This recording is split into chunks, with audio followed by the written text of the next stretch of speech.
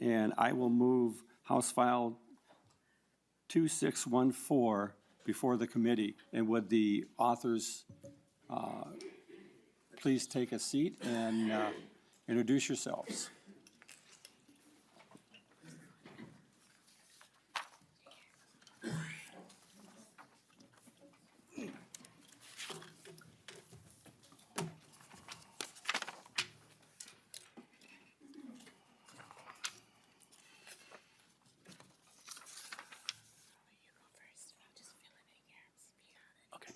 Thank you, Mr. Chair. Did you already move this? And did you refer it to housing? I moved it before the committee. Okay, there you go. Then you'll present it. I understand there's a desire to do an amendment. And when we're done, we'll make the motion, if the committee, goes for it, to approve as amended and move it on to the Housing Committee. Very good.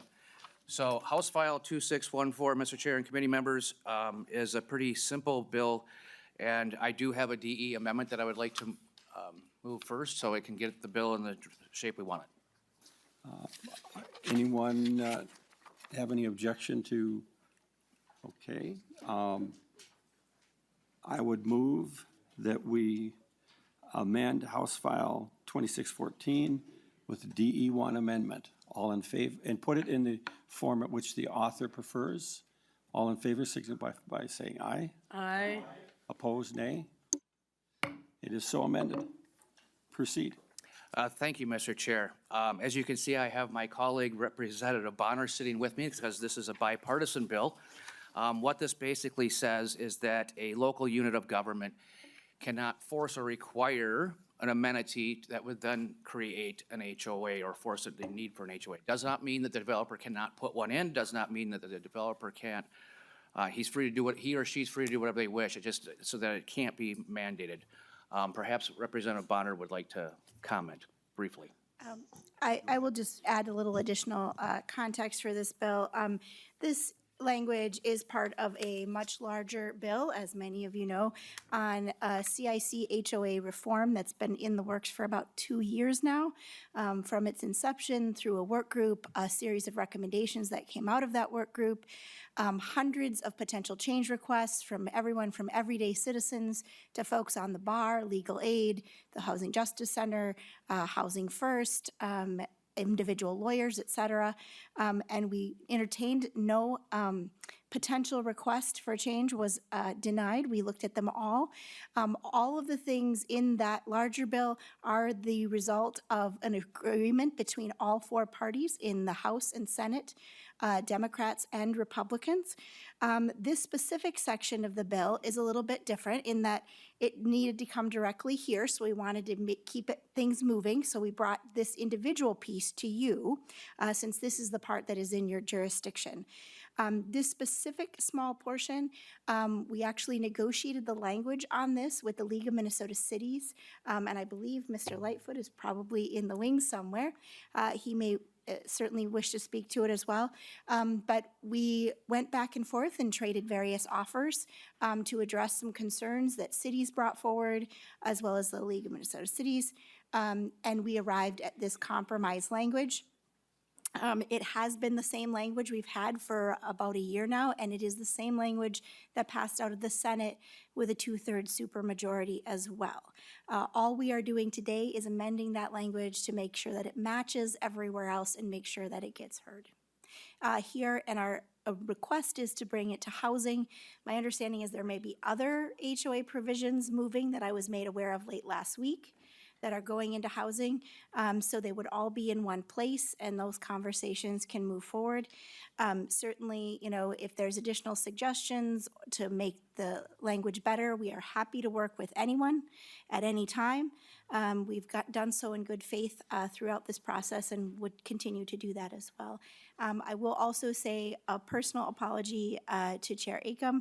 We had been hoping to connect in person this morning, but it sounds like our schedules kept missing. So I didn't get to talk to you in person, so I just wanted to say that while I had the opportunity. And with that, we are certainly open for any questions on the bill. I'm sorry. Test fires. We'll let you do that, Mr. Chair. And I see two testifiers listed, Mark Foster and Roxanne Kimball. If you can approach, identify yourself and your organization, and then proceed.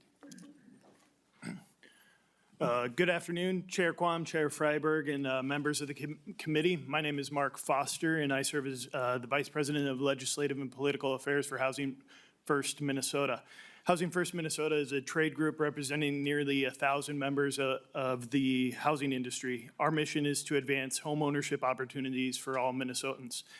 Our members are the builders and developers who serve as declarants of homeowners associations and are responsible for the creation and establishment of HOAs in new residential developments. Thank you to Representative Meckland and Representative Bonner for introducing this bill and for incorporating the amendment that was discussed with stakeholders in the Senate late last session. We also appreciate the committee's time and consideration today. Just a brief background on this bill and HOAs. It's been discussed in prior hearings and within the Homeowners Association Working Group that more than 80% of new home construction in Minnesota is part of a homeowners association. As the declarants who create these associations, we believe that number is too high. We must right-size the use of HOAs moving forward. So not to beat on HOAs completely, though, they serve an important and appropriate role in certain types of housing. Villa products designed for low-maintenance living, communities with shared amenities such as clubhouses and pools, and townhomes with shared walls and roofs all require an HOA structure. That should and will continue under this language. However, outside of these housing types, many home buyers are not seeking to live in an HOA, and our members would often prefer not to create them. Too frequently, the formation of common property and therefore an HOA is driven by local government requirements, sometimes with the expectation that the HOA will own or maintain infrastructure that would otherwise be public. Homebuyers bear the cost of this dynamic, and ongoing HOA dues increase monthly housing expenses and reduce purchasing power, limiting how many Minnesotans can achieve home ownership. At a time when our state faces both a housing shortage and an affordability crisis, we need to focus on building more homes, not creating more unnecessary HOAs. Current state law already requires the creation of HOAs when they are necessary. This proposal does not change any of that.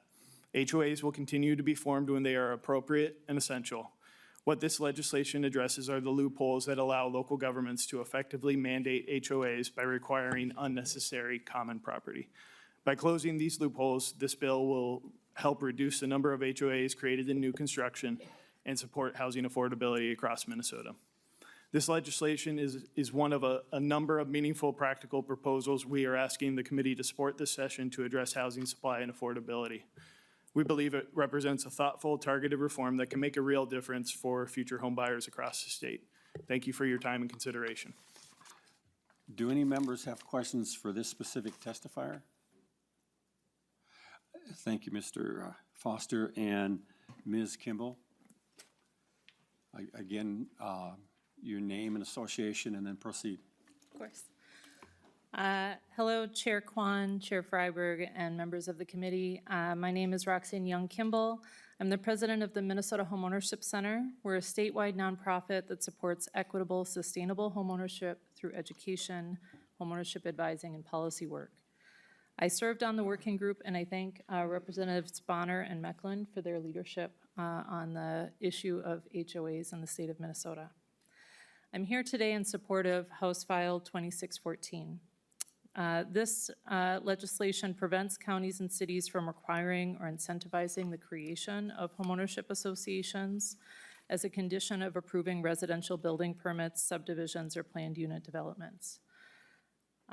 This bill addresses a growing problem testified to in the legislative working group. Some cities have used HOA mandates as a way to shift public infrastructure costs like streets, curbs, sidewalks, or stormwater systems onto homeowners. Residents end up paying full property taxes and HOA dues for what should be municipal responsibilities. Others require privately maintained trails or amenities that in most communities would be part of a public trail or park system.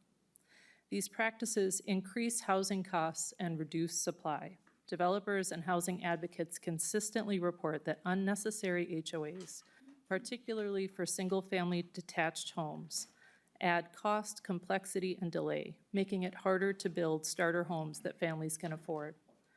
We've also seen the long-term harm of imposing HOAs where they aren't needed. At Heritage Park in Minneapolis, the city required an HOA as part of a planned unit development. The homes are fully detached, single-family homes, and the common elements that were intended in the planned unit development were never built. Today, the homeowners want the HOA dissolved, and the city is supportive of their intention.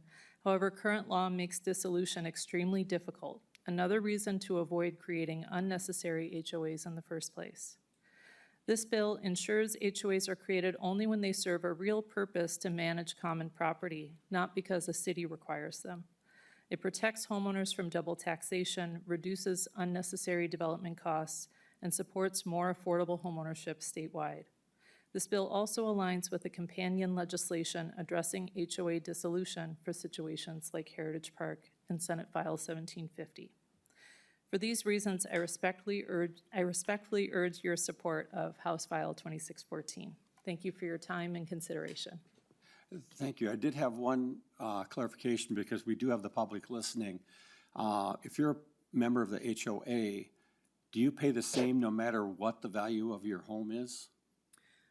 That is my understanding from the working group, yes. Okay, so the people listening, it's a fee, unlike property taxes, which are based on the value of your property. It's the same for everyone, and that isn't a trivial point. Any questions from members? Representative Roach. Thank you, Mr. Chair. Thank you guys for bringing this forward. I'm reading the original language and then the DE language, and I notice in the original, you had some, essentially you kept the county from being able to put the mandates down. Is there a reason why it's removed in the DE, just so I? Yeah. Our Representative Bonner. Thank you.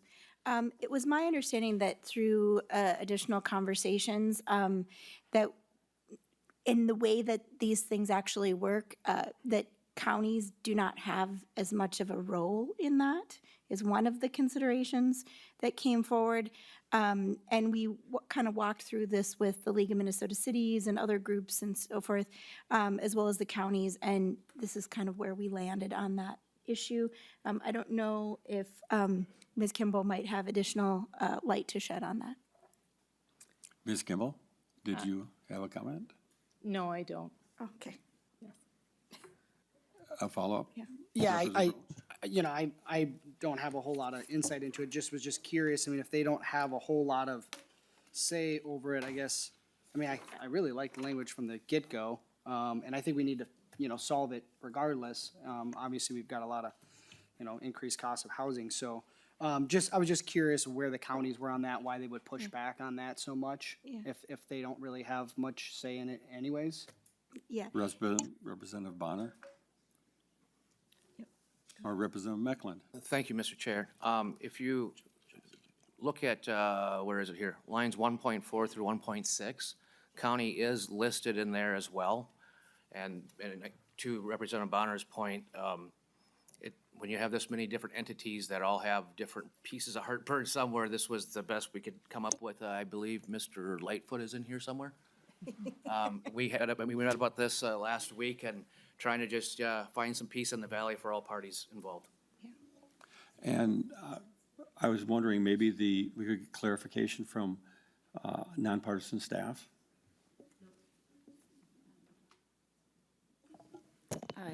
Chair Quam and members, as Representative Mecklen stated, county is included in the definition of local government. You can see it on line 1.5 of the delete everything amendment.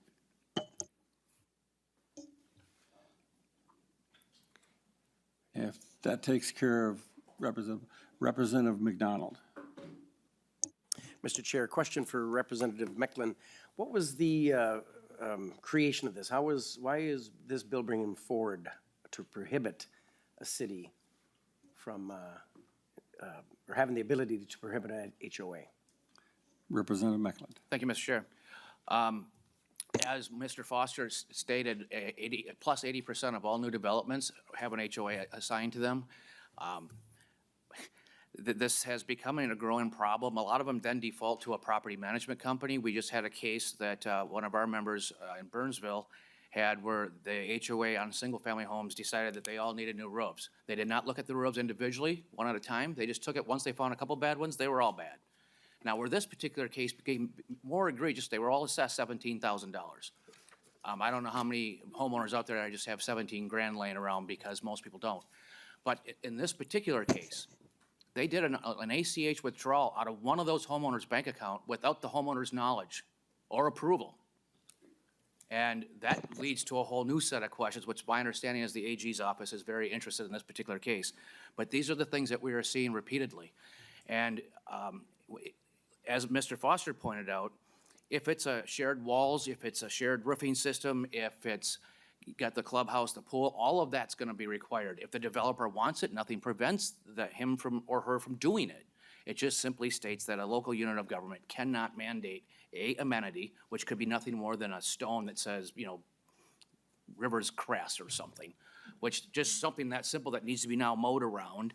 And nor would there, in some cases where a homeowner said, just put it in my yard and don't do the HOA in the planning side of it. Nope, they don't want that. They want it on a separate piece of land, so that requires that piece of land to be mowed, and they don't want the responsibility. So that's where this comes from. Representative McDonald. Follow up? Yeah, Mr. Chair, thank you, Representative Mecklen. Yeah, you and I have spoke to this. I teed that up, and the reason why I wanted to share a quick story with a constituent in Montrose, I believe, he called me in July, and he has a couple of kids. He has a beautiful backyard fenced in, and his HOA in Montrose wouldn't allow him to have any playgrounds in the backyard, and complained if they had kids' toys in his grass on his piece of property.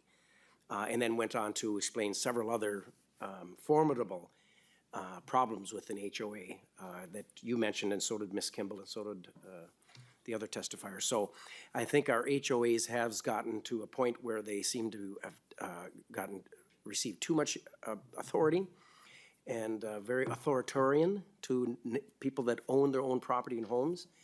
So I think this is a very important piece of legislation. When a homeowner is not allowed by his HOA to have his children's play equipment, be it a little slide or a little house, in his backyard in the summertime, we got a problem. Houston, Minnesota, Montrose, we got a problem. And then fined if he left the kids' toys. Isn't that ridiculous? So thank you for bringing this forward. But I do have a question regarding lines 1.12 and 1.13. It could be for Ms. Griffin or Ms. Representative Bonner or Mecklen.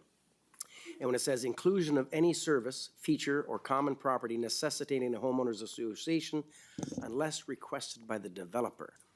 Now, our developers are creating these beautiful homes and developments in our communities, and we want them to be beautiful developments.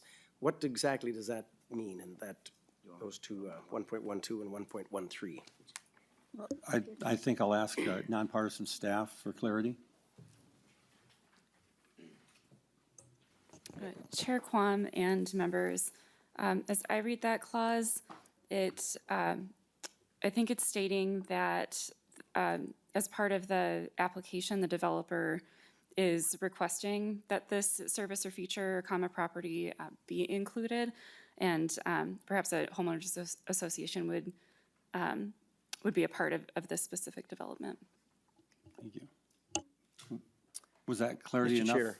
Yeah, thank you. So, Ms. Griffin, would that include, like I live in Westridge Hills, and it's good, you can say, well, just go up County Road 30 and take a left by the water tower, and we're in Westridge Hills. So does that give the developer an opportunity to have a stone that has to be mowed around, a stone or a sign that states what neighborhood or development that they're in? Does that give the developer an opportunity to tell the city council, we want this approved?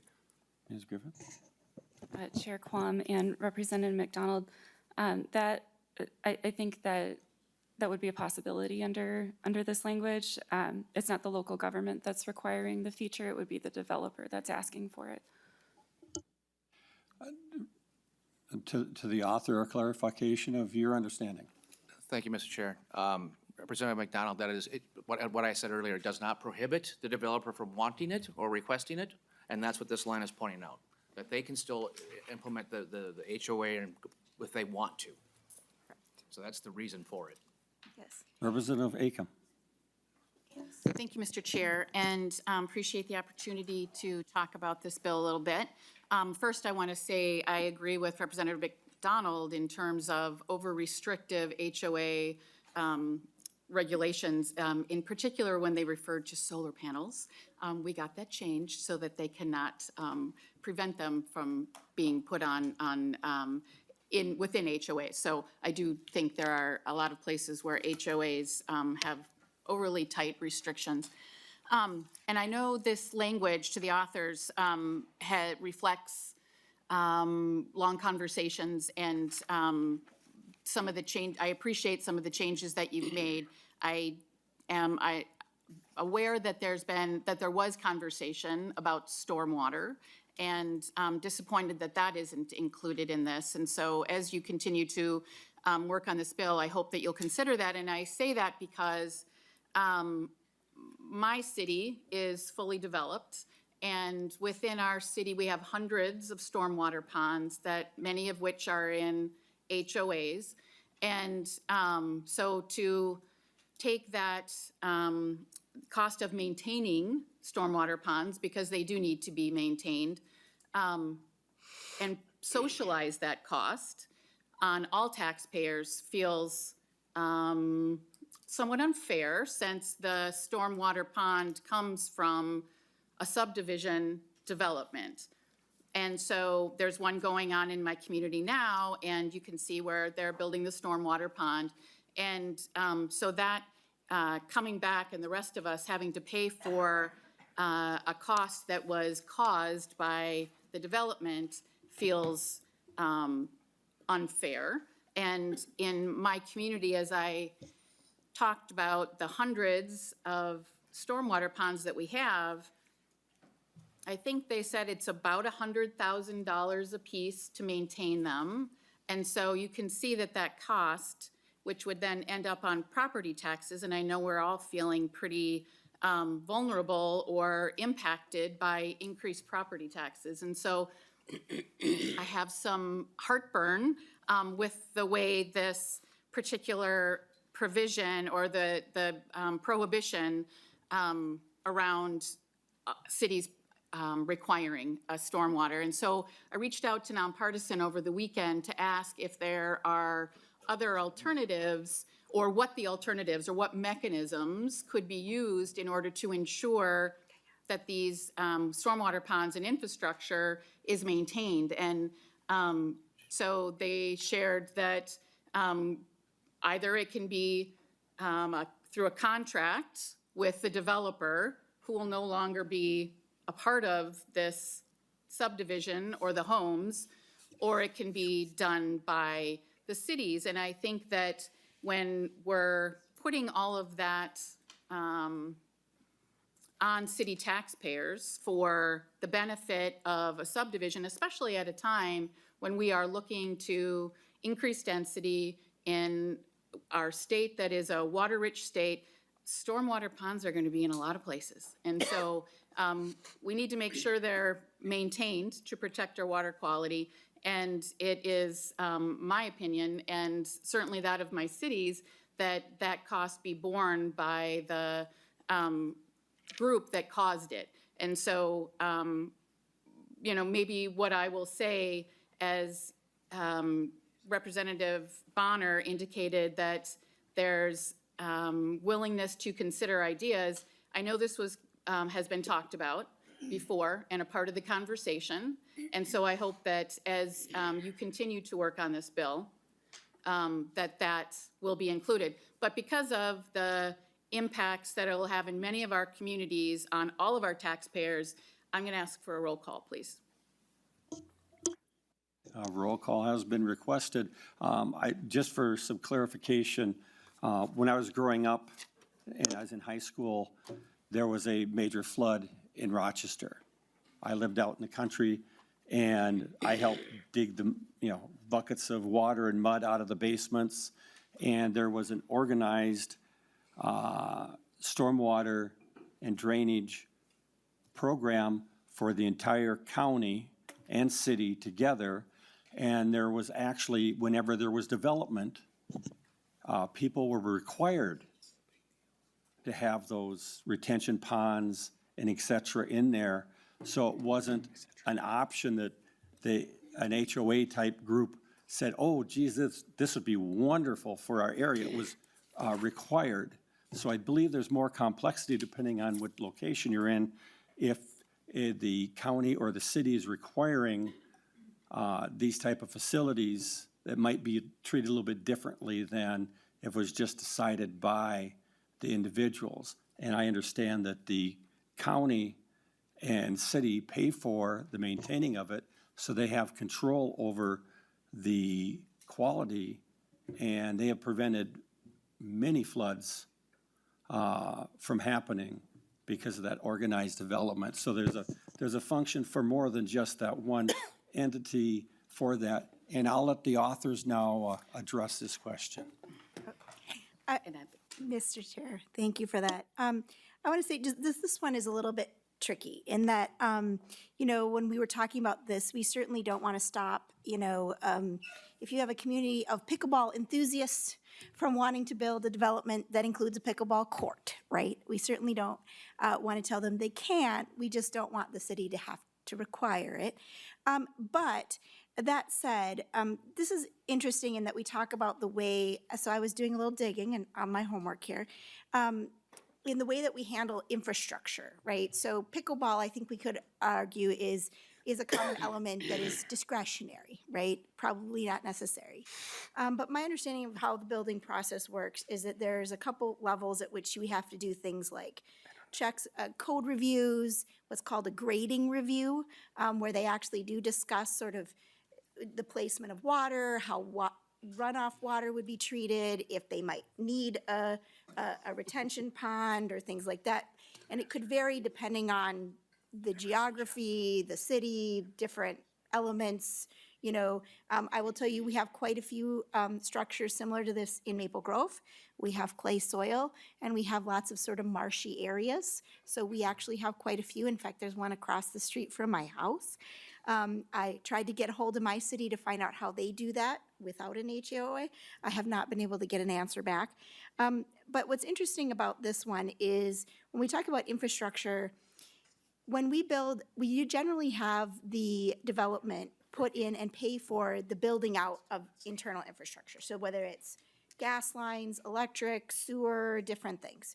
And generally what happens, from my understanding, is that after that development is built, the electrical lines get handed over to the electrical company. They maintain them going forward. The same with the natural gas lines, the same with the sewer. But the water retention ponds are a bit of a conundrum because there isn't necessarily a logical owner to give it to.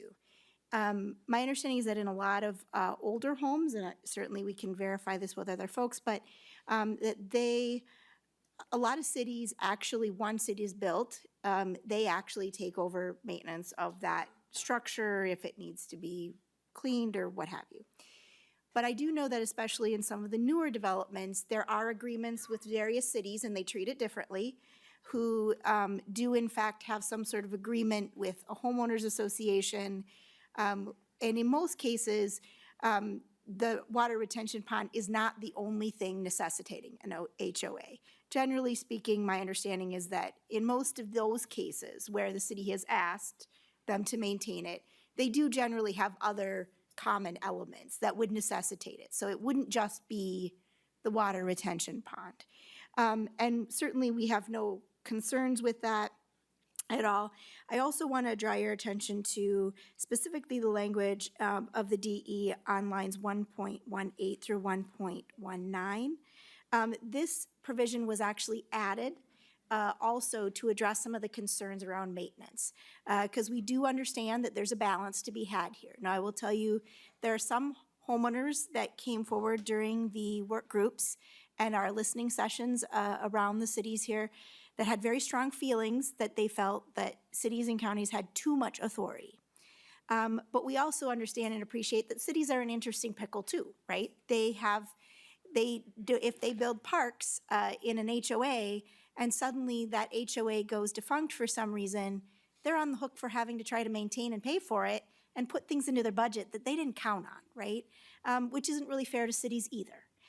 So the language that we put in here on 1.18 through 1.19, specifically about maintenance, was to address that very issue and make sure that we aren't just throwing things onto the responsibility of the cities as well that they didn't really budget for and that they couldn't necessarily sustain, because we wanted to try to find that balance.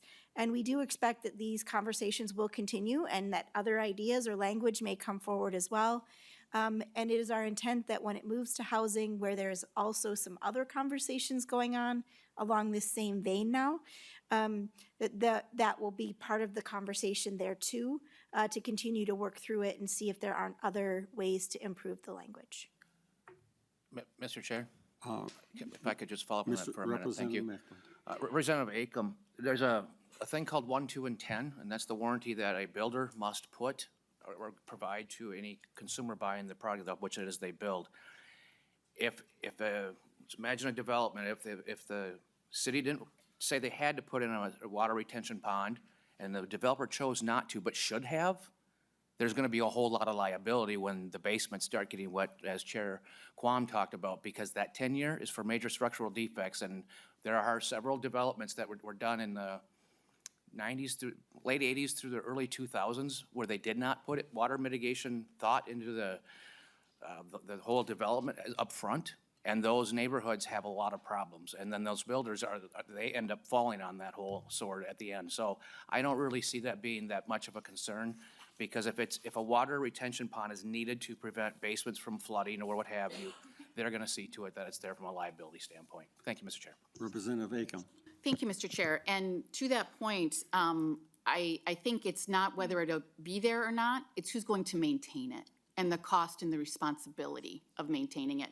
And so, and to Chair Quam's points about, city stormwater facilities versus holding ponds, there's a difference. Typically, the holding ponds or the stormwater ponds that come from building development then feed into larger stormwater pipes within the community that are there that the city does put in and maintain. And so I think there's different layers of the system and handled differently in different parts of our state and depending on development. But I think about some of the developments in neighboring communities that literally have a stormwater pond in the middle surrounded by homes. And so to think in some way that should be a public infrastructure to maintain when, maybe there's a fountain in the middle, whatever it might be, I think that there's a recognition that that is a part of that subdivision and that development. And so for that reason, I will continue to impress to the bill authors that including something in terms of stormwater would be important. So thank you, Mr. Chair. Thank you, Representative Acom. And there are extreme examples of what's required when a division or, addition or something's put in that has to do with water. And maybe in your part of the state that isn't being required by a governmental entity, but the ones I've been familiar with in my area are required by a governmental entity, which means that it's not up to the builder, the HMO, et cetera, whether they have it or not. And there's also requirements about maintaining those. So I hope in the future, your part of the state actually has the forethought to do the flood prevention in a planned and general manner. Representative Greenman. Thank you, Mr. Chair. I would trust Representative Acom with my stormwater planning.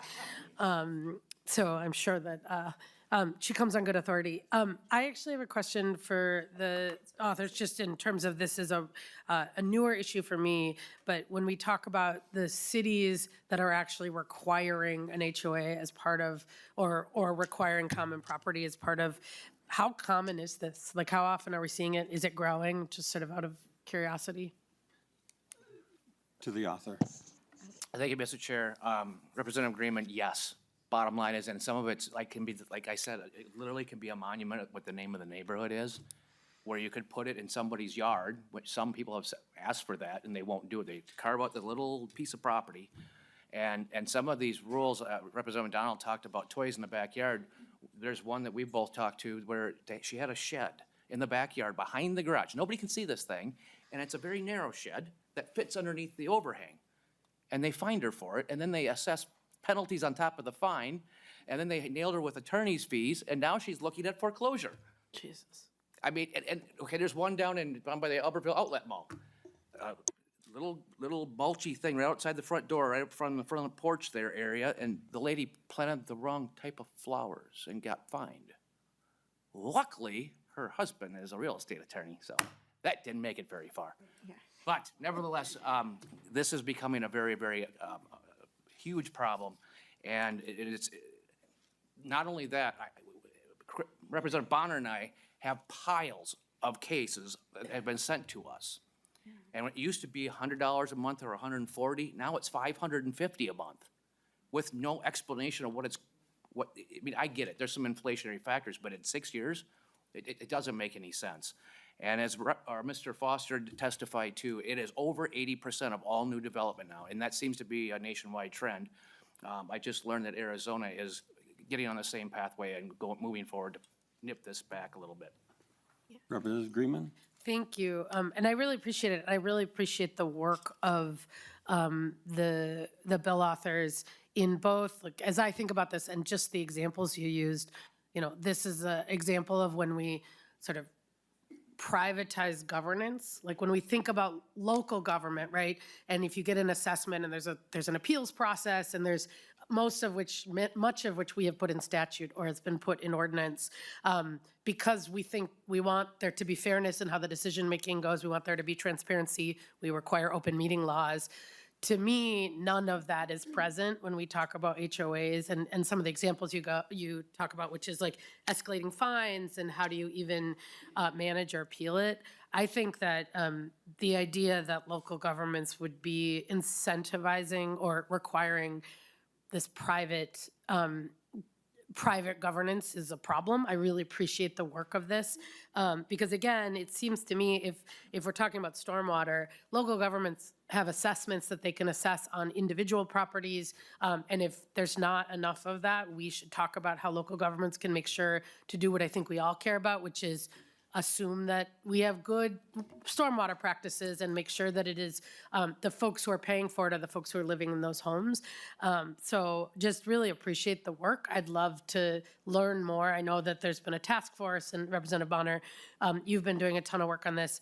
But it seems to me for this bill seems very common sense about just making sure that we aren't letting cities require forcing people into what is a non-transparent and pretty coercive infrastructure. So thank you. I will be voting yes on this roll call.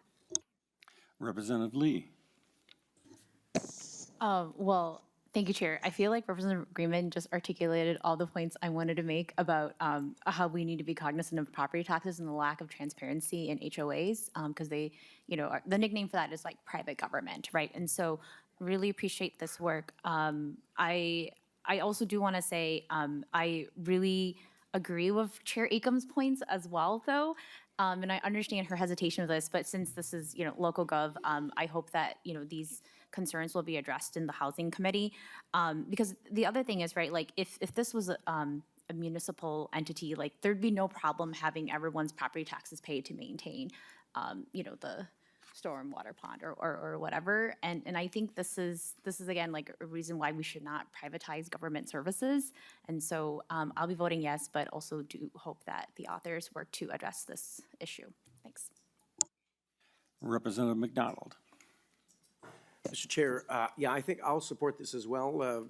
but I'm curious, while I respect and appreciated Representative Akeham's stormwater discussions, being a former mayor and council member, I understand that fully, and having my house is surrounded by swamps, wetlands. That were created to build my house and neighborhoods. Does this, what? Representative Bonner and Meckland, stormwaters, does that have anything to do in the bill, or was it just some good topics? I don't see how this has anything to do with stormwater. Does this prohibit cities or HOAs or anyone from planning those stormwaters? Or am I just confused on that? I don't confuse often, but. To the authors? Well, Yeah. No, it does not prevent them from building any kind of infrastructure that is necessary for the development. And to the point that I think Representative Mecklen made, in some cases, it is definitely in the builder's best interest to do the survey and do that as part of that review process.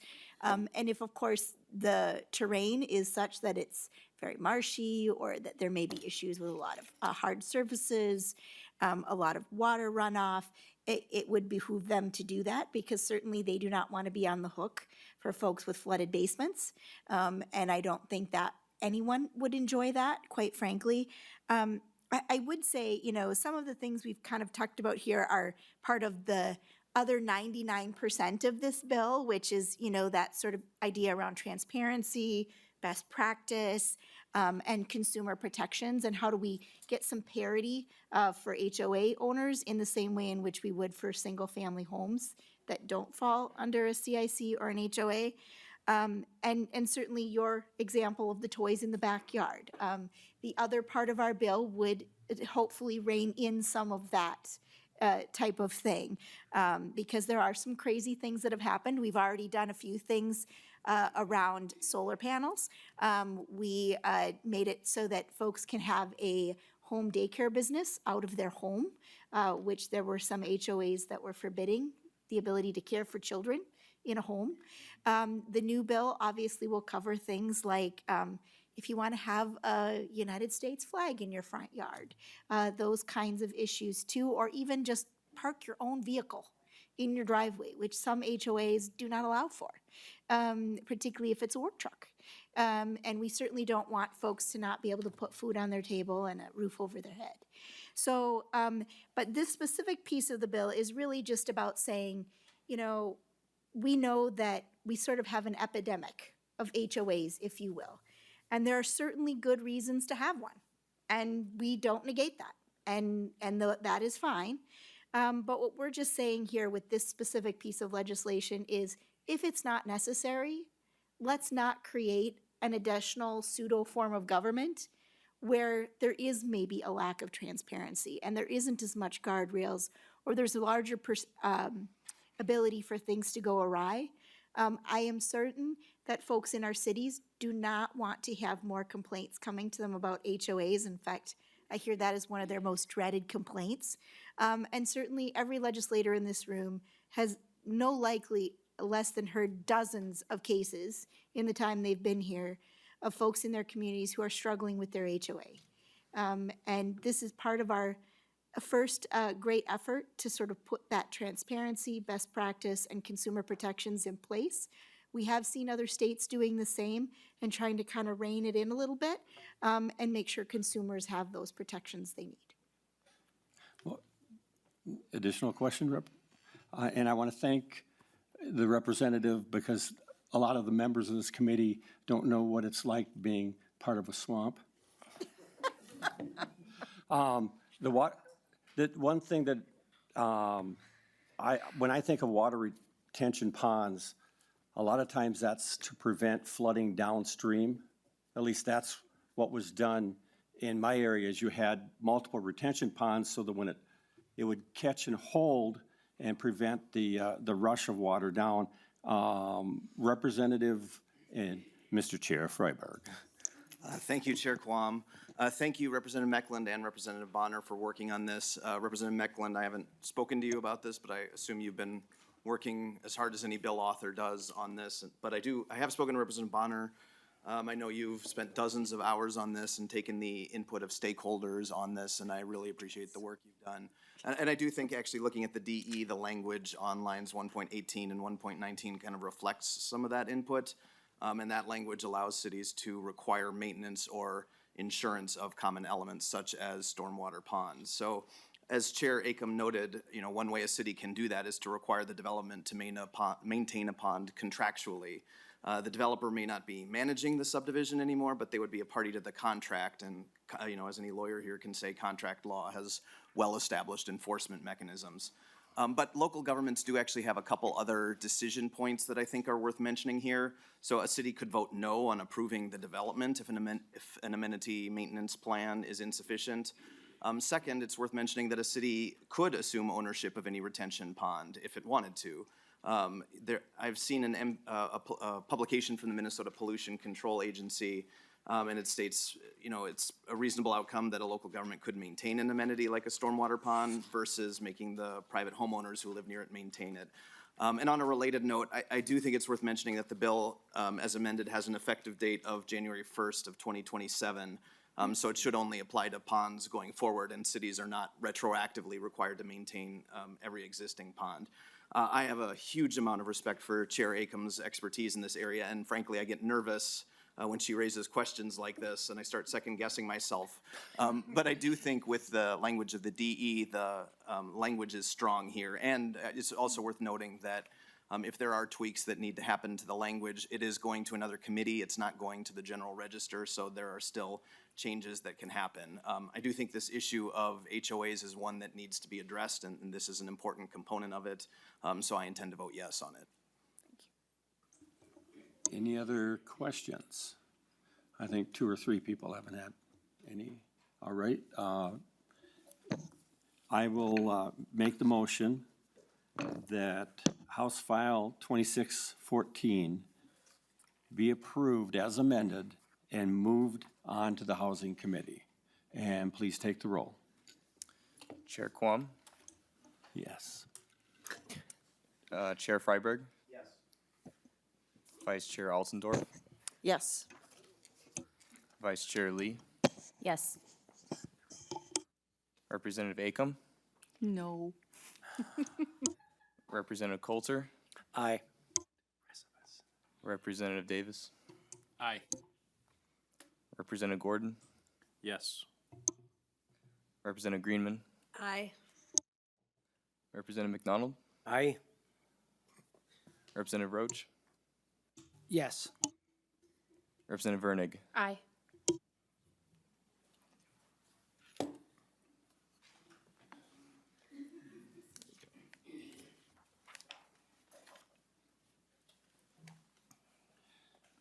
And the ayes have it with a 11-1. So House File 2614 has been approved as amended and is moving on to the Housing Committee.